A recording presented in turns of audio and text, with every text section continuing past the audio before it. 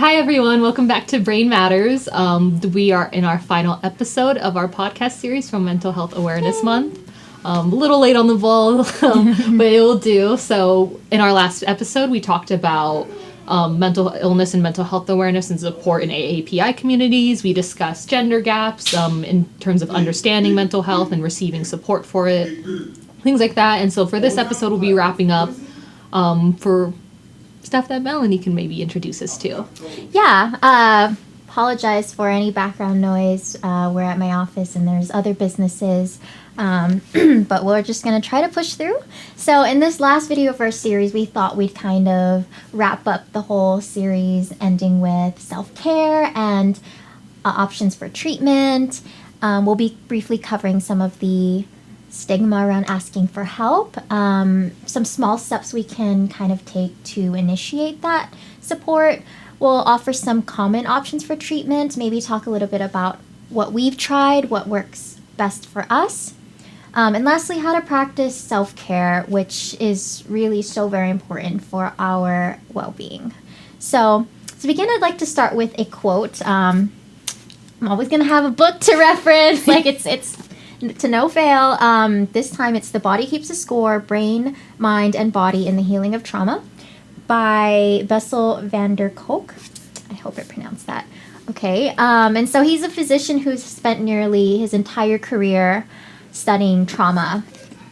So he had a teacher named Semrad, and he writes that Semrad taught us that most human suffering is related to love and loss, and that the job of therapists is to help people acknowledge, experience, and bear the reality of life with all its pleasures and heartbreak.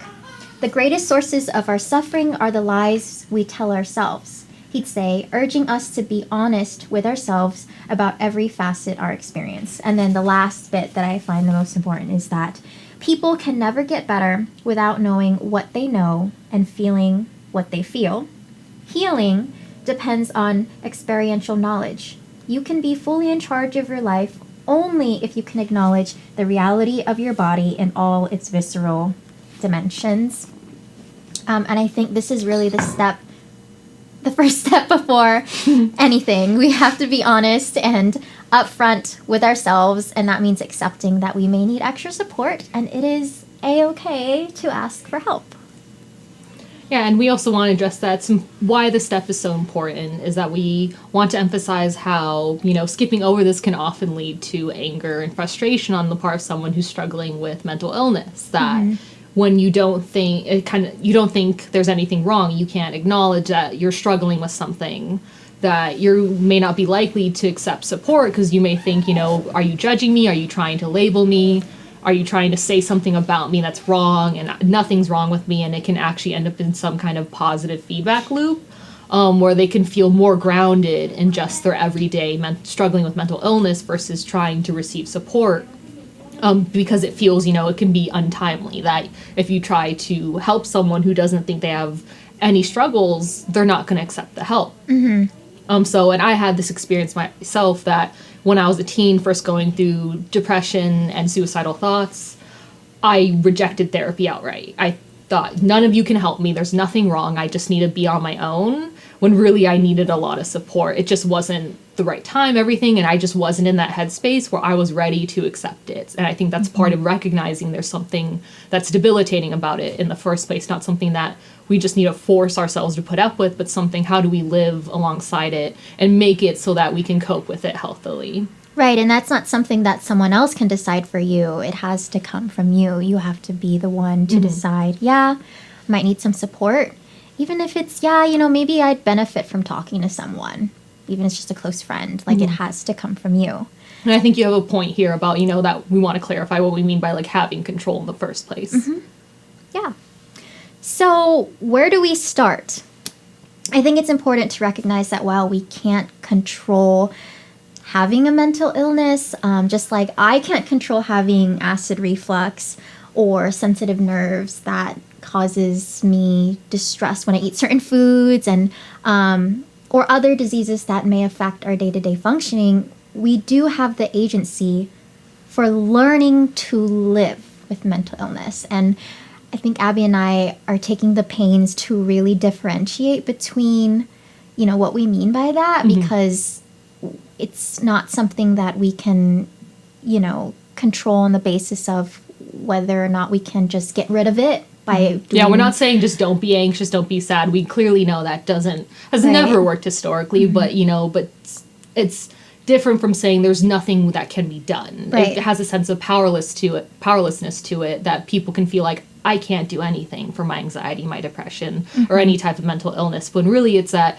there is some control, that you have an ability to recognize something's wrong, as we said, and to be able to recognize and do outreach and find some type of support on your own terms. Right. So I think one of our goals for this last podcast is to define, what does that control look like? And maybe give some more concrete examples. And so the first thing we're talking about is we have the control to rework our neural pathways. And to kind of sum up what a neural pathway is, it's how info travels throughout the brain and is processed. We can think of them as kind of like highways for which information travels and where it's going.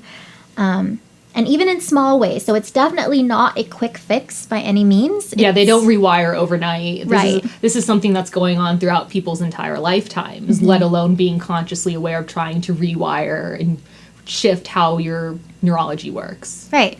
And so this smaller process is a part of this larger term called neuroplasticity. And it's a little self-explanatory in the name, right? Mm-hmm. The plasticity, you think of something being elastic, something that is malleable and able to be kind of worked with. Mm-hmm. And so neuroplasticity is the brain's ability to change, rearrange, modify, and important one, adapt its function and even structure throughout life and in response to certain events. So we have the ability to unlearn certain things, certain habits, certain traumas and thought processes.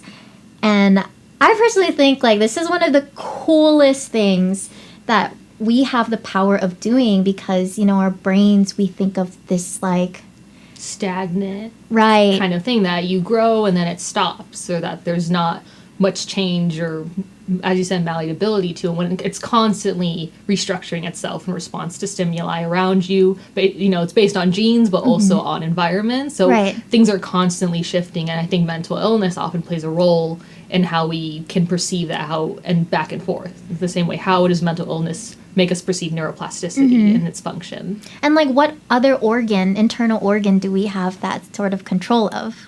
I mean, feel free to put in the comments if you can think of one, but so far I'm we have the power to kind of change our way our brain functions and even the structures, and I think that is super, super cool. But nerding away aside, so how does this work? How does neuroplasticity work?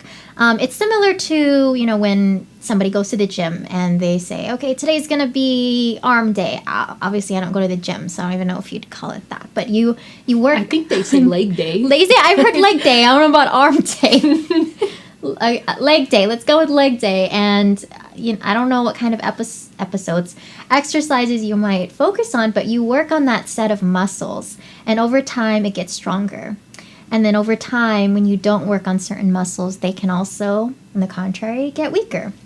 And so the same happens with these neural pathways. The more you use a certain neural pathway, the stronger it gets. Likewise, pathways that we don't use can get weaker and eventually die off. And this is called synaptic pruning. And so the trick is to challenge your brain and force it to think in new ways about new things. So one example I like to bring up is affirmations. Mm-hmm. And as an educator, whether it's teaching creative writing or coaching badminton, I like to give my students mantras that they remember, they commit to memory, and then we say them before games, at the end of practice. And the hope is that the more you say it, the more you're going to believe it. Mm-hmm. And so for badminton, we say, I am strong, I am resilient, I can fight, I can let go, I am enough, and I will always be enough.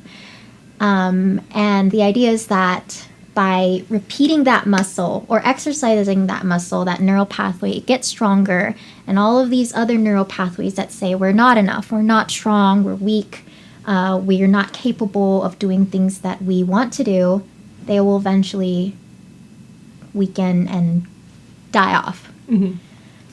Yeah, and I think the pruning is important to note that the synaptic pruning is always happening. Mm-hmm. You know, even that we live through life and that the brain decides certain things are not as important as others. And it's just constantly always going on. It's just that when it comes to things like, you know, affirmations or negative self-talk, that there are certain things that you don't want to prune. You don't want neural pathways to go through pruning if it's something that's supposed to be positive self-talk. That if you are constantly thinking that I'm a failure, I'm worthless, that's not what you want to be strengthened. Ideally, you know, I don't think most people want that to happen. And that can be very common when you experience mental illness, that if you are going through that cycle, that neuroplasticity is, you know, feeding off of that it's changing and adapting to the way that kind of cognition is working. And I think, you know, that's why cognitive behavioral therapy is very important.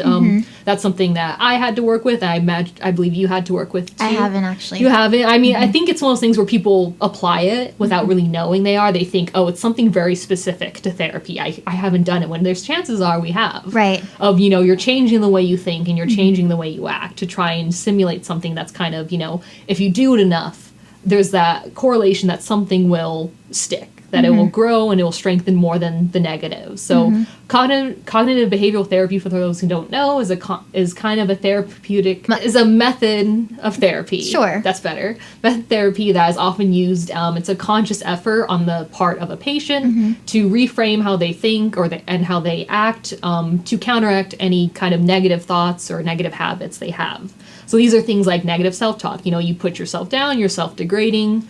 You self-isolate yourself, that you think I'm better off alone. I shouldn't have people around me. You mind read. You think people are thinking things about you that you have no basis for them thinking that. Stuff like that. And, you know, we kind of looked and found a term called maladaptive neuroplasticity, which kind of is this neuroplasticity that is grounded in, you know, as again in the name, in negative behavior. Yeah, we're conditioned, I think, often just socially and, you know, the way we're brought up in general to focus on the negative, because there is something about, you know, we were talking before of the developmental measure about it, that, you know, your brain wants to focus on negative things often because there's that desire, oh, I need to change something because that means people will like me more, I'll fit in better in my workplace, things like that. So there is an element where it's necessary that people, if you do something that's mean or rude, your brain's like, hey, maybe we shouldn't do that, versus, you know, when it's not justified, that you don't do anything, but you think I messed up just simply because you've developed that maladaptive neuroplasticity and it's working. So, you know, we can readjust them. As Melanie said, we have control. Is that, you know, say you perceive someone is thinking something negative about you, and it's from one interaction, you have no basis, but you're thinking, your brain is telling you, based on a pattern, I think this person must hate me or must think poorly of me. That when it comes to things like cognitive behavioral therapy, the cognitive part would be actively reprocessing in your head that self-talk. Instead of saying, they must hate me, they must think I'm dumb, it's that they're probably not thinking that at all. Or maybe they like me, maybe they think I'm great. Maybe the behavioral part of the therapy could be, I'm going to go back and talk to them again. Instead of not going to them, with the behavior that you're used to of just avoid, you actually address again, that I'm going to go into the situation again and be with them. That you're changing both your cognition and your behavior to counteract that maladaptive neuroplasticity, which hopefully will develop what is called adaptive neuroplasticity, where it's much more productive, leads to probably a better quality of living because you're able to engage in a life you may want if you're self-isolating and you're putting yourself down constantly. It's beneficial to you. That doesn't mean that the next time we encounter that situation that it won't happen again. It's not going to change, like you said, overnight, but it's engaging in that practice again and again so that our brains are rewired to do it on its own, and we're not having to put that conscious effort. Yeah, and like, you know, you don't do both at once maybe, and it's still progress. It's something that maybe in your head you're thinking, I'm going to give it the benefit of the doubt they're not thinking that about me, even though I'm worried they are.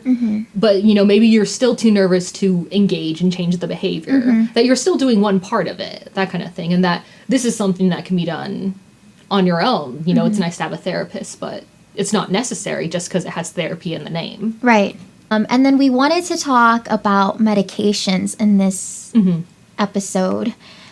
So I wanted to share a story of how I started my medications. I am on an antidepressant in the class of SSRIs, which stands for selective serotonin reuptake inhibitor. And I had started it about 4 years ago, and I had just started talk therapy. I had lost my grandfather suddenly at the time, and then my partner at the time was like, I think maybe you should talk to someone. I was like, no. For a whole year, I was like, no. And when I finally was convinced, had some talk therapy, and then they asked me, would you like to consider medications? Because I realized that this grief, the depression, anxiety, had extended far beyond my grandfather's passing. And so I went to an appointment. I was like, you know what? Let me just talk about it. I just want to know what my options are. They said, we can give you an SSRI, an antidepressant. And I said, okay, let me fill it. And I kept it on my desk. And it sat there for 3 weeks. And I just couldn't get myself to start it. I just couldn't. And I was guilty of that, you know, the mental stigma surrounding it. I don't want to depend on medications. What if I get addicted? These are the questions that are coming up. And so to give you some, I guess, a scientific background. So serotonin, I think a lot of people are familiar with what it is. It's a neurotransmitter, which is a messenger chemical that carries signals between nerve cells in the brain. It's thought to have a good influence on mood, emotion, and sleep.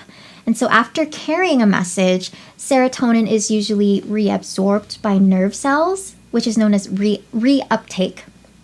And so I like to think of it as like these little knobs of these gates inside our brains. And usually the brain will suck it all up and then it'll go away. But these SSRIs work by blocking that reuptake. So they're like little bodyguards in front of those gates, and they're like, nope, you're gonna stay there for a little longer. You're gonna party here a little longer for your little person you're in. Yep. And so by having that serotonin linger for a little bit longer, it means that more serotonin is available to pass further messages between the nerve cells. And it would be, this is not to say that depression and related mental health disorders are caused by low levels of serotonin. Like there's no scientific proof that that's the correlation. There's a correlation between the two. Not exact causation. Right. But there is evidence that a rise or an increase of serotonin levels in the brain can improve symptoms in people that live with those disorders. So going back to that story, the medication sat on my desk for 3 weeks, and the biggest thing for me was like, okay, I know that I want to work toward breaking down that stigma. But what happens to me without my anxiety? I've created a whole life centered around how to live with this thing, how to cope with this thing. My personality is such a huge, or the anxiety is such a huge part of my personality, which I don't like to say now, but I just didn't know who I was going to be without it. And as wild as that is, because who wants to live with anxiety? So I came back to the clinician, who was so kind. My goodness, people in the mental health industry, most of the time, in my experience, have always been so kind and validating. But he encouraged me to think about how it might actually help me be who I've always wanted to be.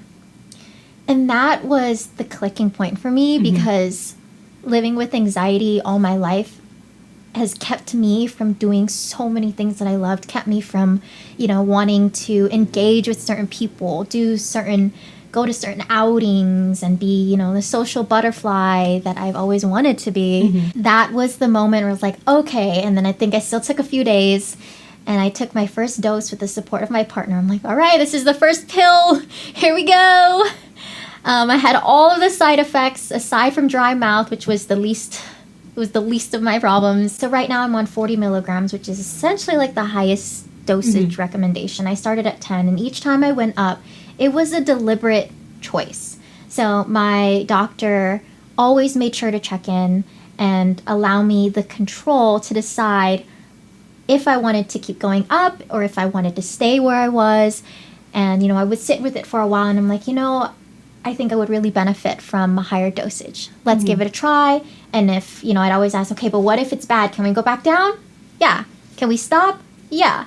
So I always had that ability to make the choice for myself. And the goal was to eventually wean off, come back 30, 20, 10, and then eventually someday get off of it. And the reason why I thought that was, I was sold was because my brain was going to learn to replicate this process eventually on its own. So in the same way that neuroplasticity kind of works, our brain is practicing that on its own with the aid of these medications. It's learning, okay, we like this. How do we do this?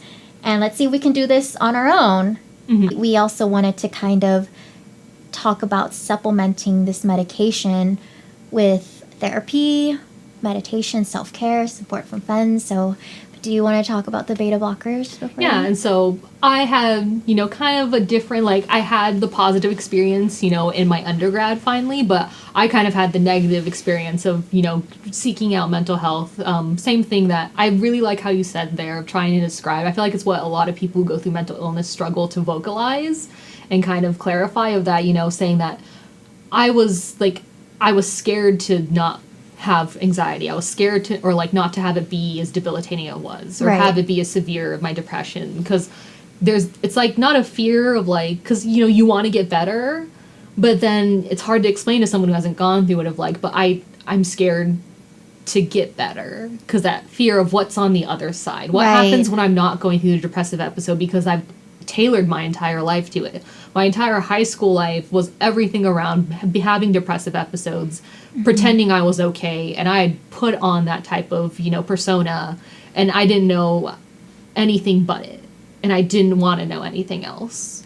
And I remember seeking out help. I was kind of forced into it, and I remember immediately being, had medications thrown at me. I didn't take any, but that was what a lot of the mental health professionals were like, you need to take this, and you'll get better, you'll feel better, without much explanation. And it really, kind of built into that stigma that even I was prey to. That was what, this is not going to help. You're just throwing drugs at me. And that idea was very much present. And then finally in undergrad, when I really sought out support, and realized I needed something, the past few years I was struggling, that I really needed help, that I never even knew beta blockers were a thing. There's always this perception that you're going to be too reliant on it. It's not actually going to help. You're just messing up your brain with things that aren't supposed to be there. And then when I heard about beta blockers, it was something that my therapist, she was a gem. She was a gem.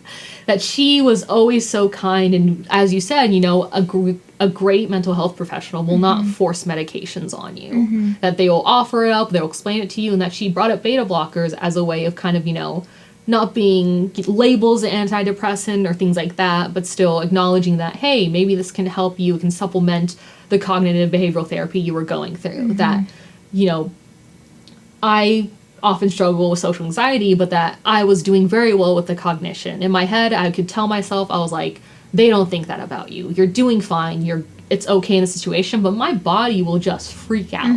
I can't control it. Even my head's like, you're good. My body's like, we are very much not good.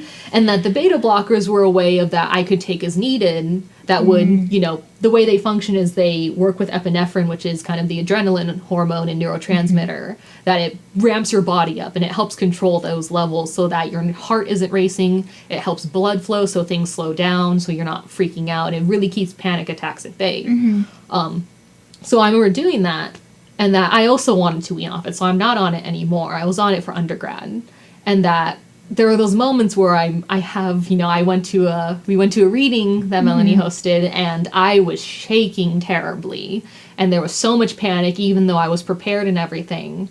And I remember just thinking, I should get the beta blockers back, but then thinking in my head that sometimes I had to solidify that, no, I want to reach the point where I don't have to rely on it. Right. That, you know, it's part of deciding that I can normalize that, hey, maybe my hands are just going to shake all the time when I'm nervous or like doing public speaking, and that's okay. That, you know, if I can do that and still have a good quality of life and engage in things and not put pressure on what other people are thinking, then I don't need to rely on the beta blockers. You know, remains to be seen. Maybe I'll be like, I lied, I need them, but I shouldn't, you know, you shouldn't be judged. No one should be judged for, you know, healthily relying on medication, of being informed and having a medical professional who has your best interests at heart, that they're not just going to capitalize on your mental illness to sell you medication. Because I think that's something we want to acknowledge is kind of, you know, how predatory some pharmaceutical companies can be. Right.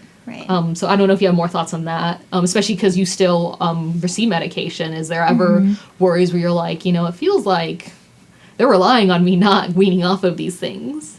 I haven't had any like personal feeling with that, but in the book, there's tons of statistics on the billions of dollars that pharmaceutical companies are making off of psychotics to their patients. And like I think that's with anything too, not just within the mental health spheres. Like there's always going to be physicians who are very, very passionate and will dedicate their entire lives to like wanting to help their patients. And then there's always going to be like other experiences in which we don't feel as welcomed. We don't feel like we're being prioritized.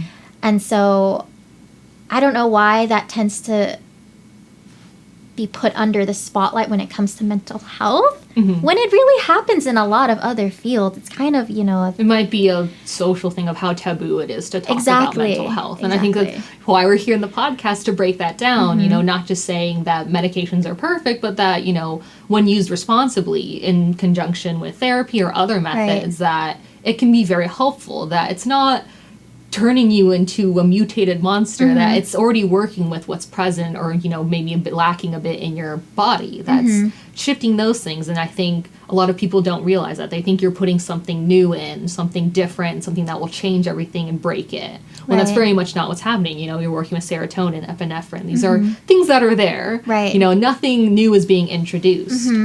Yeah. And I think even expanding beyond the medications, like we have different experiences. Like when I first started therapy, I went to a grad student who was still in his MA program. And he would be flushed a lot of the times. And I tell, as much as I'm struggling to talk to him about these very intimate things, he's struggling to figure out how to like give that to me, with that advice and the guidance. And was it like the best experience I've ever had? No, I used to have panic attacks in the car beforehand.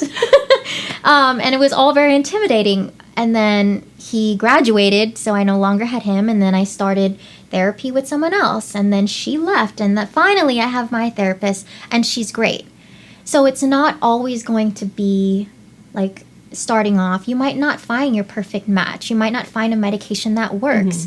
The medication might, like the side effects might not be worth it to you. Like there's always these variables, but the point is not that, see, it didn't work.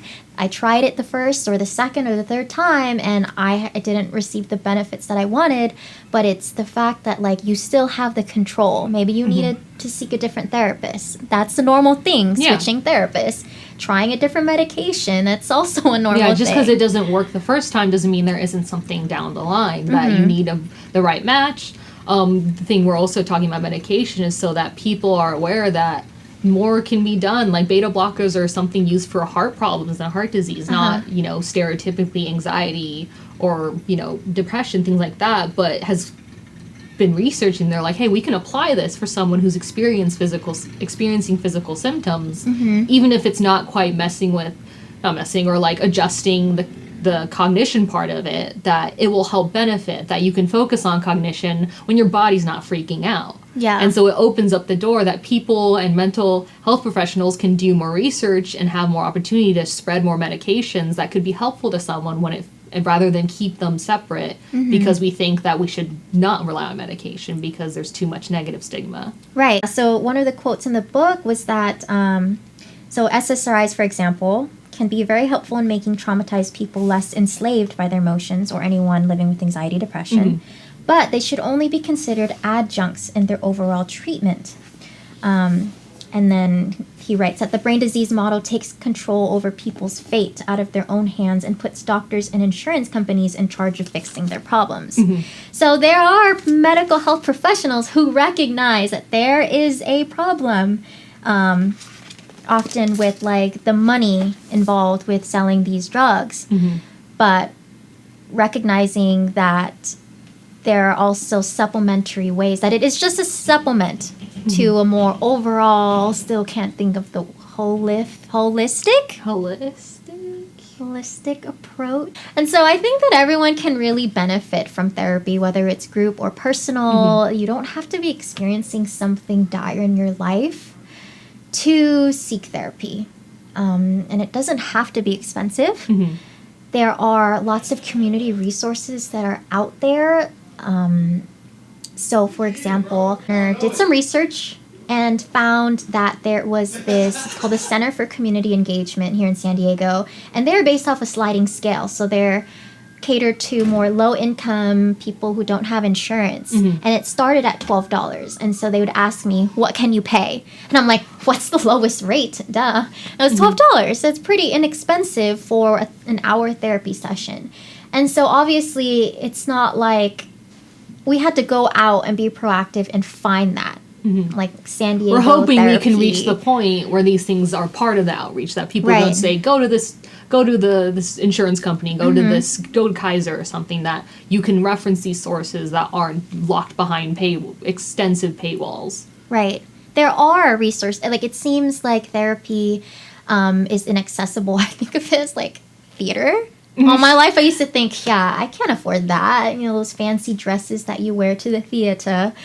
I thought of therapy like that. Like, I don't have the money for this. I don't have the means for this. But I think it's really advocating for yourself and doing the research and figuring out, okay, if I can't find a therapist I can afford, are there like groups, you know, that may be more inexpensive? Yeah, but even what we talked about, that, you know, just because it has the term therapy, and it doesn't mean you have to always have a mental health professional attached, that you can engage in cognitive behavioral therapy of reworking your cognition, reworking your behavior, if you're still struggling to find that specific professional and trying to find a good match. That these are things that, you know, they're not gay-kept, you know, you have to be in a certain place to talk about them. That this podcast, we're talking about it here, and we're hoping you can take what we've talked about, and we're going to talk further about self-care strategies and what can you do that doesn't require, you know, throwing money out, going to a mental health professional if that's not the most practical thing for you to do.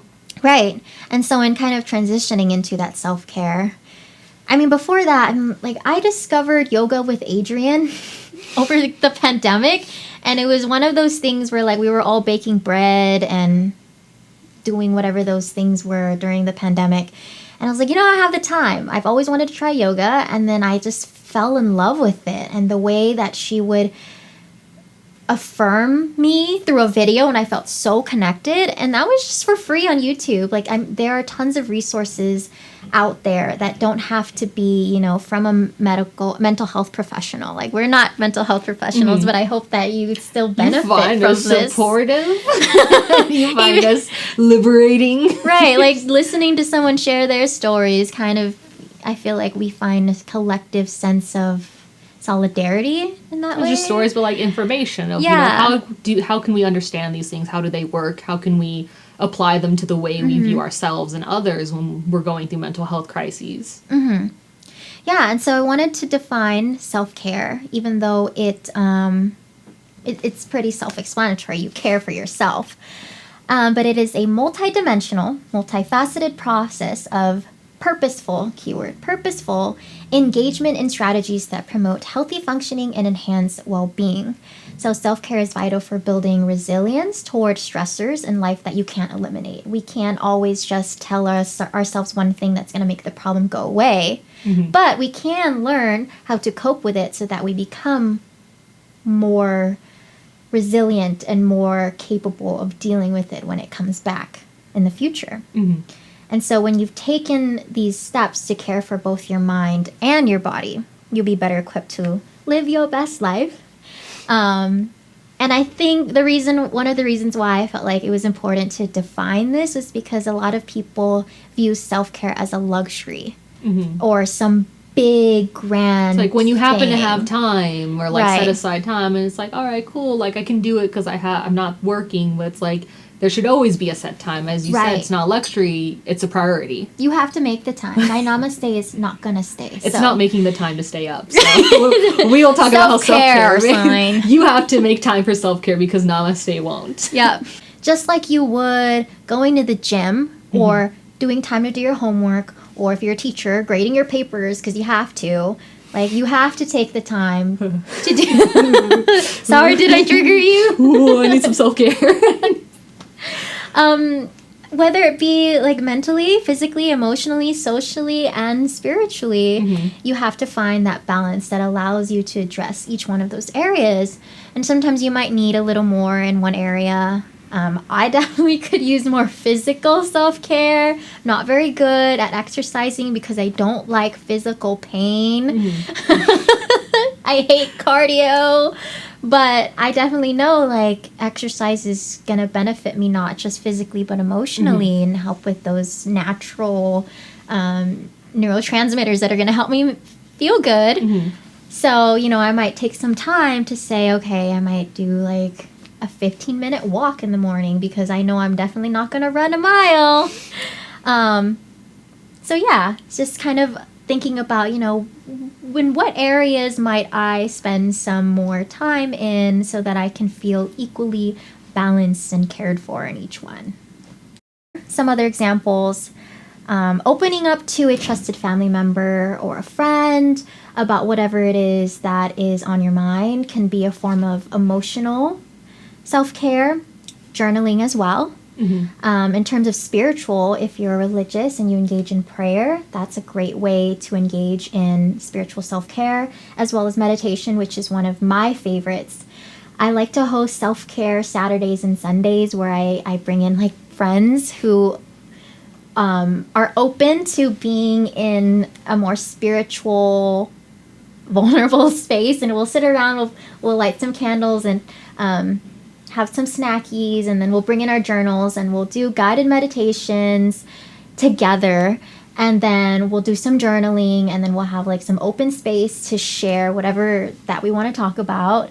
And so even engaging in those practices with other people sometimes I think makes it a little easier because you're not feeling like it's not as... You're not going out of your way. It feels like it's just part of your routine. Right. But that you are, you know, engaging in some type of self-care without realizing, or that, you know, you're more purposeful maybe in scheduling meetings or outings with friends or loved ones, or that you're more purposeful with, like, I'm going to set aside time for meditation 30 minutes a day or something. Like, and holding like yourself that. accountable. That, you know, you make time in your schedule. It's not just, oh, I happen to have some free time, let me do it. All doesn't hurt, but making it as if it's as necessary as eating a meal every day or sleeping, as breathing. That's just as crucial to your function. I think I want to talk about the positive affirmation mailbox. This is something I learned in group therapy, of that we would go around at the end of each semester, since it was during my undergrad, and we would write little sticky notes to every single person in the group, and we'd read them, and then we'd pass them into the mailbox, and they'd put in their little envelope, and you could keep that envelope forever. And whenever you were feeling down, you could open it up and see it. And I think this was such a great mental self-care practice, emotional too, that to be, and I think it's something you can do on your own. You know, you don't have to have a group, that you can just write things to yourself, positive affirmations of saying that you're doing great today, or that your hair looked fantastic. Anything fits the bill, and that you write these things to yourself and you keep them. And you can reference them, and you can write more. And that, you know, if these things that we hope others will care for us, like, you know, someone will compliment us, that we want others to care for us, we should be able to care for ourselves the same way. That it feels weird to give ourselves compliments, like, you're doing great, because then it's like, you know, you're arrogant. It's like, no, it's that we should be able to care about ourselves, to be able to say positive things and affirm who we are, so long as who we are isn't a terrible person. You know, disclaimer, you know, we want to affirm positive behaviors, but not behaviors that are actually harmful to other people. Just disclaimer. Right. But that kind of thing, I think positive affirmation mailbox is very helpful. But kind of things even as simple as cooking your favorite meal, taking a shower, these feel like basic, just survival things, but it's part of self-care. That if you just struggle to get up in the morning, that can be a big thing for your physical self-care and your emotional, mental, and even spiritual, all of them. That just being able to enjoy some good food or bathe yourself or keep yourself, healthy and hygienic, that's self-care, that you're making sure that you feel good physically, and then by correlation, that's not the right word, consequently, your mental and emotional, that if you're feeling good physically, that there's a higher chance you're going to feel good mentally. And that these are all very small steps, that, it's not jumping straight into group therapy, that you can, something as simple as getting up in the morning or just telling yourself, I did great today, and then going to bed. These are small steps, but they're steps. We shouldn't judge people because they're not making leaps and bounds. That, anything, any movement forward, even if it's really small, is something. And normalizing it, that it's completely fine to go through this, that it's not weird to do positive affirmations. It's not weird to journal. It's not weird to meditate and set aside time for it and practice self-care. And that, even if you're struggling with that we have kind of this idea of faking it till you make it, which isn't the same as bottling up your feelings and repressing things until they bubble over and suddenly you're in a crisis zone. Where faking it till you make it is kind of, as you said with the badminton mantra or any kind of mantra, that you tell yourself or you act a certain way to try and, build those neural pathways. That if I do it enough, even if I don't quite believe it, there's a part of me that doesn't believe me when I say, you look great today. Right. That, like, even if I know in the back of my head, it's like, do you? I don't think you do. That I have to keep telling it. That I have to make a conscious effort to be like, no, you do look great. To hopefully rewire the way my brain is functioning. Where it wants to go in one way, I need to train it to do another. And maybe I have to fake it a little. Like, yeah, I look great. When someone asks me, I'm like, yeah, thanks, I agree. And then in my head, it's like, you're a liar. Even then, but that practicing it doesn't mean, you're being a faker. It just means you're trying to put in those positive habits, something that will reinforce pathways that are positive or productive for your life rather than debilitating to it. When I first introduced that mantra to my kids and I introduced them to the pineapple concept, they were very quiet when they would say the mantra. They're like they almost didn't want anyone else to our coach is making us do this, okay? But after some point, it's like they would do the pineapples on their own. And I'm like, huh. And they would shout the mantras and they weren't ashamed of it because it's like, yeah, you start to believe it after, I hope they believe it at this point. And even when we have our self-care Saturdays, I think we all feel slightly awkward. We're sitting there, we're it's quiet, it's who dark. wants to share the journal? Yeah. And you're I don't really want, even things like this podcast, we say one thing, but after we're done, behind the scenes, we're like, that was terrible. Awkward. And others are like, this is a great podcast. And we're like, thanks, it was. And then behind the scenes, we are frauds. You're frauds. I can't believe you're watching this. Right. But the fact that we're still going to go ahead with it. We continued it. We were we're going to fight through it. We're going to do all 4 episodes, even if it drives us insane. And it has, for sure. And I think a part of that is just the social stigma. It is going to feel a little weird, and that's okay. That's normal. But it's about showing up. Yoga, with Adrienne always says, is the hardest part. So once you show up and you keep at it, then it gets a little easier each time. And I think the benefits are really worth it. And even if you stumble, even if you're like, oh, I hiccuped, I didn't do what I said I was going to do, don't give up. Don't just, we all have days where some things are worse than others. And it's I just can't tell myself an affirmation today. You don't have to. It's the thing of you have autonomy. That you have the choice to be able to, that your journey of coping with mental illness is your own. Right. And that, there should be support and outreach there available as you need it. Right. And that's all dependent, that your progress is depending on what you need and want. It starts with you. So you have the power. So do it. I'm just kidding. Cue at your the own pace. Shia LaBeouf video. So in this episode of our last episodes, we talked a little bit about neuroplasticity, reinforcing our own agency over our mental health and well-being. We talked a little bit about the scientific processes of the medications, our own personal experience. There's so much that we could talk about. I was just telling Abby today, I was like, Abby, have another idea for a video series. I was like, we're here forever. We're here forever.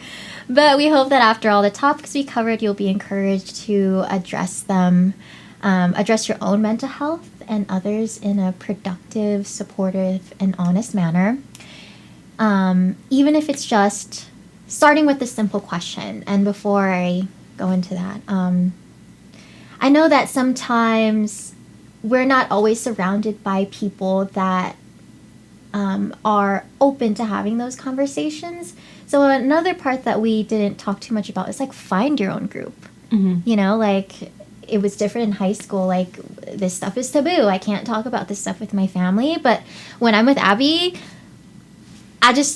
so this is a childhood trauma that I'm going to tell you about today. 1 second we're driving down the road talking about basic stuff about just like, oh yeah, like where do you want to eat? And then suddenly it's like, you want to eat trauma? Like that's what it turns into. And it's normal in that finding those spaces that, you know, when Melanie does that, it's not weird to me. I'm like, okay, it's like, here's something I need to take care of, that you've trusted me and that I trust you with information. We trust all of you with information. Hopefully you can learn to trust others, that when these things are disclosed, that we treat them with care. We treat them with the compassion and empathy they deserve. And I think, you know, if you don't have that space, it's hard to imagine that and to engage. But hopefully this could encourage you, this whole podcast, to seek out those resources, seek out those people who will support you, who will empathize and be there for you and advocate alongside you. Yeah, I will. Sure, I will. We love trauma. We just eat up add trauma. a bunch. I eat it for breakfast, lunch, and dinner. And dessert. So some questions you might be able to ask yourself is, how am I feeling right now? Am I being honest with myself in addressing my feelings and emotions? How do I treat emotions and feelings, whether they're my own or someone else's? Do I need support? Is there something, even small, that I can do to get myself that support, to get others that support? So these are just a few examples of questions that you might be able to ask yourself and kind of evaluate. Yeah, a little bit of self-reflection. And ultimately, we just hope that these conversations we've been having over the past few weeks can continue to just increase your ability to be vulnerable and vocalize, share your experiences with mental illness, that, you know, breaking down those walls, that it's harder to talk about things when we don't talk about them at all. And that, you know, repetition is the mother of learning. We can learn to be more comfortable sharing and being vulnerable the more we do it and the more others do it, and, you know, don't judge for doing it. We all deserve to be heard and not judge, as I said. You know, raising awareness of mental health and combating mental health stigma is part of the goal of this podcast. What we just want to do beyond the podcast, that it doesn't end here, it doesn't end with me, it keeps going. So thanks to everyone for watching. If you made it this far, we're so grateful to you for joining us throughout the podcast. Mental health and mental health awareness is super important to both of us. And we hope it is or will be for you too after watching the series. So we hope you take care of yourselves and each other, and remember, you are all enough. And will always be enough. Thank you, everyone. Bye. Bye.